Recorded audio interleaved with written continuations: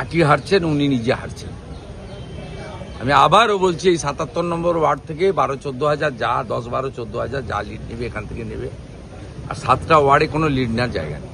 আমি আপনাকে বলছি দাদা, আজকে যদি দেখা যায় যে ঘটনা ঘটেছে ফলতার ক্ষেত্রে ১০৯ নম্বর ১১০ নম্বর এই দুটো বুথের মা বোনেরা বলছেন তাদেরকে শাহজাহানের মতো হিন্দুদের অত্যাচার ভোট করা দিতে হচ্ছে। দেয়নি, এমনকি তৃণমূল হিন্দুদের ভোট দিতে দেয়নি। খুব অ্যালার্মিং, এটা খুব অ্যালার্মিং। এই কথার মধ্যে কোনো কমিউনালিজম নেই। দিচ্ছে মমতা ব্যানার্জি। এইসবের যোগ্য জবাব আগামী দিনে কত ইস্যু উঠবে। তোলাবাজি করা, কোটি কোটি টাকা। আমার কাছে খবর আছে যে প্রশাসনের মাধ্যমে রাজ্যের শাসক দল এই বীরভূম থেকে 52 কোটি টাকা মাসে তোলা তুলে নিচ্ছে। এসব প্রচারে বলবো, মানুষ সিদ্ধান্ত নেবে।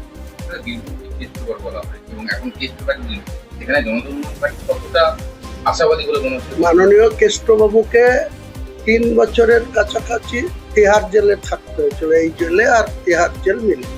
তখন এই মমতা ব্যানার্জি তার পাশে একদিন দেখতেও যায়নি, খোঁজও নেয়নি। আবার এসছে, তখন তাকে আবার বাঘ বলা হচ্ছে। তো তার যে পুরনো পোস্ট, সেই সভাপতি থেকে যে কোনো কারণে হোক তাকে কনভেনার করে এখনো দেখছি কাজল আর বীরভূম, আমরা নিউজ দেখলেই খবর পাই বা খবরের কাগজ খুললেই জানতে পারি যে বীরভূমে 2 মহাবীরের লড়াই চলছে, কাজল আর এই লড়াই থেকে বীরভূমের মানুষকে মুক্তি পেতে হবে। আর মুক্তি পেতে হলে জনতা উন্নয়ন পার্টির পক্ষে ভোট দিতে হবে। তাহলে দেখবেন বাঘ থেকে এরা সব শেয়ার হবে। এবং একজন সমগামীকে প্রার্থী করেছে, যেটা ইসলাম ধর্মের বিরুদ্ধ। ইসলাম ধর্ম কোরআনে নাজায়েজ বলা হয়।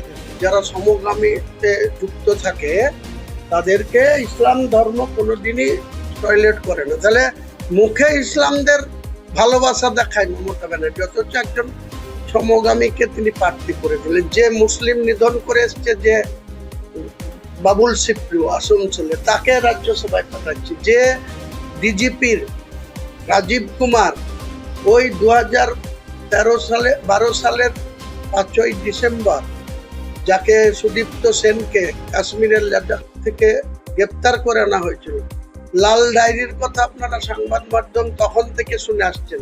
সেই লাল ডায়েরি তার কাছে আছে, সেটা যদি প্রকাশ করে দেয়, তাই ডিজিপি রেখেছিল, ডিজিপি থেকে রিটায়ার করেছে, সঙ্গে সঙ্গে তাকে রাজ্যসভায় পাঠাচ্ছে হচ্ছে। এসব বুঝতে হবে আপনাদেরকে। কাজে আগামী দিনে এসব করে পার পাবে না মমতা ব্যানার্জি। মমতা ব্যানার্জিকে বাংলার গদি থেকে বাংলার মানুষই সরিয়ে দেবে, শুভবুদ্ধি সম্পূর্ণ মানুষও সরাবে।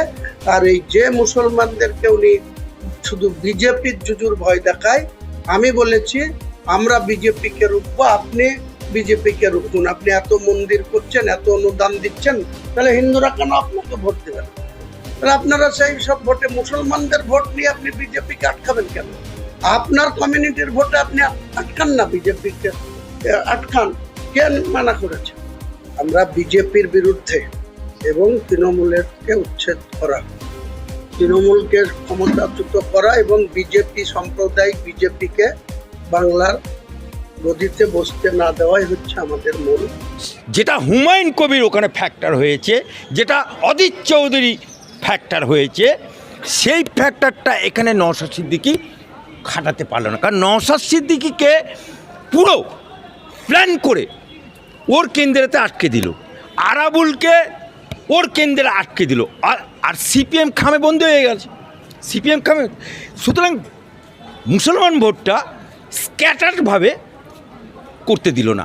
অর্থাৎ নওশাদ সিদ্দিকীকে তার বিধানসভাতে ভাঙড়ে আটকে দিল, আরাবুলকে আটকে দিল, আর সিপিএমকে খামে বন্দি করে দিল।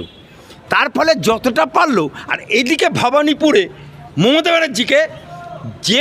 ব্যানার্জিকে বাপের জন্মে কেউ দেখেনি ক্ষমতায় আসার পর, যে মমতা ব্যানার্জি সকাল থেকে বুতে বুতে ঘুরছে মুখ শুকনো করে, এটা কিন্তু বিজেপির ক্রেডিট, এটা কিন্তু নির্বাচন কমিশনের ক্রেডিট। আবার সবথেকে মজার ব্যাপার হচ্ছে, এই ভোটে দুটো হিরো উঠে এসছে। ফার্স্ট দফার ভোটে হিরো এসছে হুমায়ুন কবির, তার গাড়ি ভাঙচুর করেছে নওদার হিরো। ফার্স্ট ফেজের ভোটে হুমায়ুন কবির, আর সেকেন্ড ফেজের ভোটে হিরো দুটো, একটা হিরো হচ্ছে সিঙ্গাম এনকাউন্টার স্পেশালিস্ট, দন্ত চিকিৎসক থেকে IPS, ও হচ্ছে হিরো। আর পুষ্পা জাহাঙ্গীর খান, ও হচ্ছে ভিলেন। আর ভিলেনের সাথে হিরোর লড়াই, সেই জায়গায় পুষ্পা কেউ চিনত না, পুষ্পা বাংলায় কেউ চিনত না, অর্থাৎ স্বঘোষিত সিঙ্গমের ভয়ে পুষ্পা সে এই মার্কেটে দ্বিতীয় পর্যায়ের ভোটে হিরো হয়েছে। মমতা ব্যানার্জির ভবানী কেন্দ্র অত হাইলাইট করেনি মিডিয়ারা, যতটা সিঙ্গম আর পুষ্পাকে হাইলাইট করেছে। তাই ইন্তেজার করুন।